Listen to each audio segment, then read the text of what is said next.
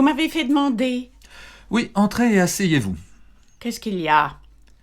Ma petite Fanny, vous êtes une artiste charmante, Mais nous avons pensé qu'il fallait vous donner une grande preuve d'amitié en vous évitant de courir un grand danger inutile au début d'une carrière aussi brillante que la vôtre. et quel danger? Je comprends pas ce que vous voulez dire.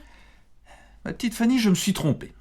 Vous possédez les dons les plus rares, vous êtes gaie, vive, souriante et distinguée, et vous êtes tout à fait exquise dans la première partie du rôle. Oui, le 3 n'est pas au point du tout, je m'en suis rendu compte. J'ai l'intention... Laissez-moi parler. Vous réalisez ma pensée pendant tout le premier acte, et notamment, vous avez une façon extraordinaire de dire « Mon petit, pour épouser Georgette, il vous faudra avoir plus de poils au menton. » Là, vous êtes exquise. Au 2, vous êtes tout bonnement parfaite. Ben oui, en somme, c'est le 3 qui cloche. S'il ne faisait que clocher, ma chère amie. Oh, je devine. Quoi donc? Ah ben vous allez couper le 3. Ah, mais je...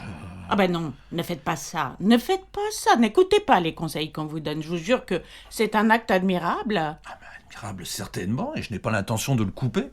Ben alors? Ce n'est pas l'acte qui ne va pas, c'est... Garnier? Non, Pas la belle. non. Ben alors? C'est vous qui... Oh, cher ami, faut tout me dire. En tout cas, je vous remercie d'avoir eu la délicatesse de ne pas me faire d'observation devant les camarades.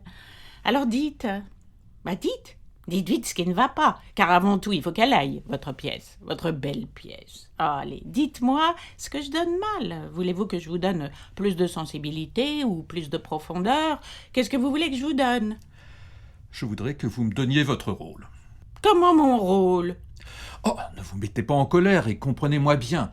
J'ai mis beaucoup de bonne volonté, mais il y a une impossibilité physique. Le 3e acte est beaucoup trop dur pour vous et vous ne pouvez pas le jouer.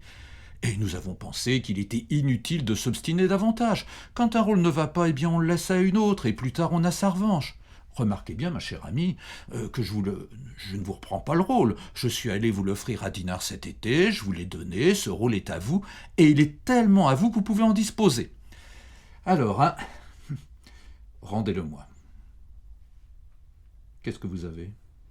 Je cherche d'où ça peut venir, tout ça. Oh, bon, ça y est, Madame Calvin veut le rôle, probablement. Madame Calvin? Parfaitement. Elle rôde dans les coulisses depuis 8 jours, je l'ai vue. Elle a donc pas assez joué celle-là depuis 40 ans. Ma chère amie, je vous jure que le nom de Madame Calvin n'a même pas été prononcé. Alors, c'est une saleté, mademoiselle Fillot. Bon, là, ça alors...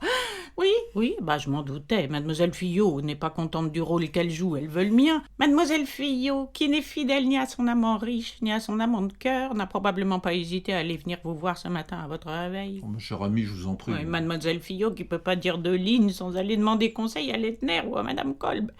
Mademoiselle Fillot veut jouer mon rôle. Mais je vous donne ma parole d'honneur que ce n'est pas mademoiselle Fillot qui jouera votre rôle. Alors, c'est Thérèse Duplessis? Mais non.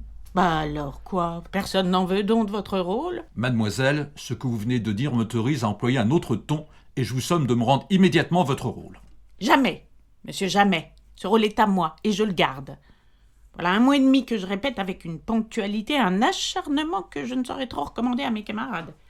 Il ferait mieux de suivre mon exemple plutôt que de dire du mal de vous dans les coins. Ça non plus, vous ne vous en êtes pas rendu compte.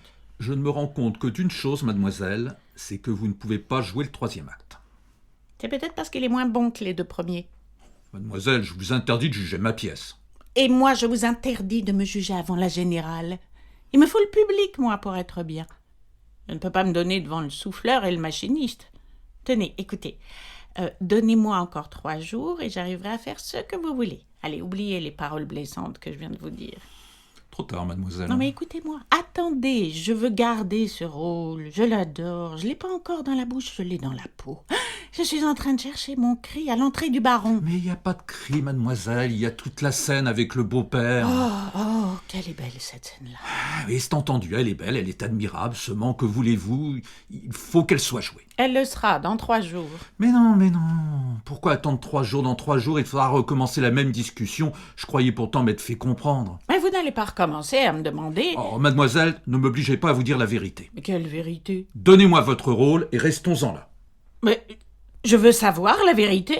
Non. Mais je vous rendrai votre rôle si vous me dites la vérité.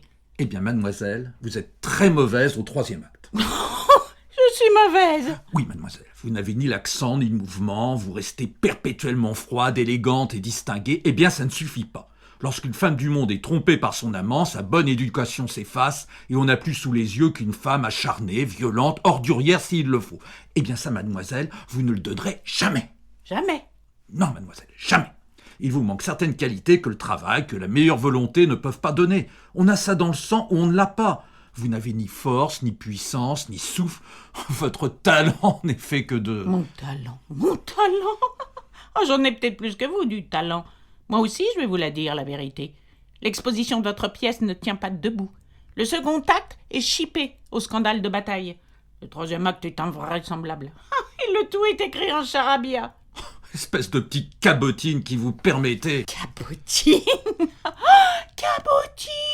Mais il n'y en a pas un dans notre métier qui soit aussi cabot que vous. Si vous n'étiez pas une femme. Moi, si seulement vous étiez un homme. Voyou. Goujat. Vipère. Pauvre machin. Non mais dites-vous bien que si vous n'étiez pas l'ami d'Antoine, vous n'arriveriez pas à les placer, vos pièces faites de briques et de broc, avec les ordures des autres. Et ce sont ces gens-là qui prétendent être des écrivains, mais des barbouilleurs de papier, oui. Ça paye pour faire jouer ces pièces. Et tout Paris le sait. Et si Paris ne le sait pas, eh ben je le dirai, moi. Non, mais je le crierai, je le hurlerai, afin que mon directeur, aux yeux de tous, ait l'air d'un conciliateur et non pas d'être crétin. Eh ben bravo, eh ben voilà, ça y est, vous venez de le trouver, votre cri. Vous le tenez, votre accent. Et voilà le mouvement de la grande scène du troisième acte. Ça y est, sauvé. Restez vite dans le même état surtout et venez répéter tout de suite. Vous venez de faire enfin ce que je vous demande depuis 15 jours. En scène!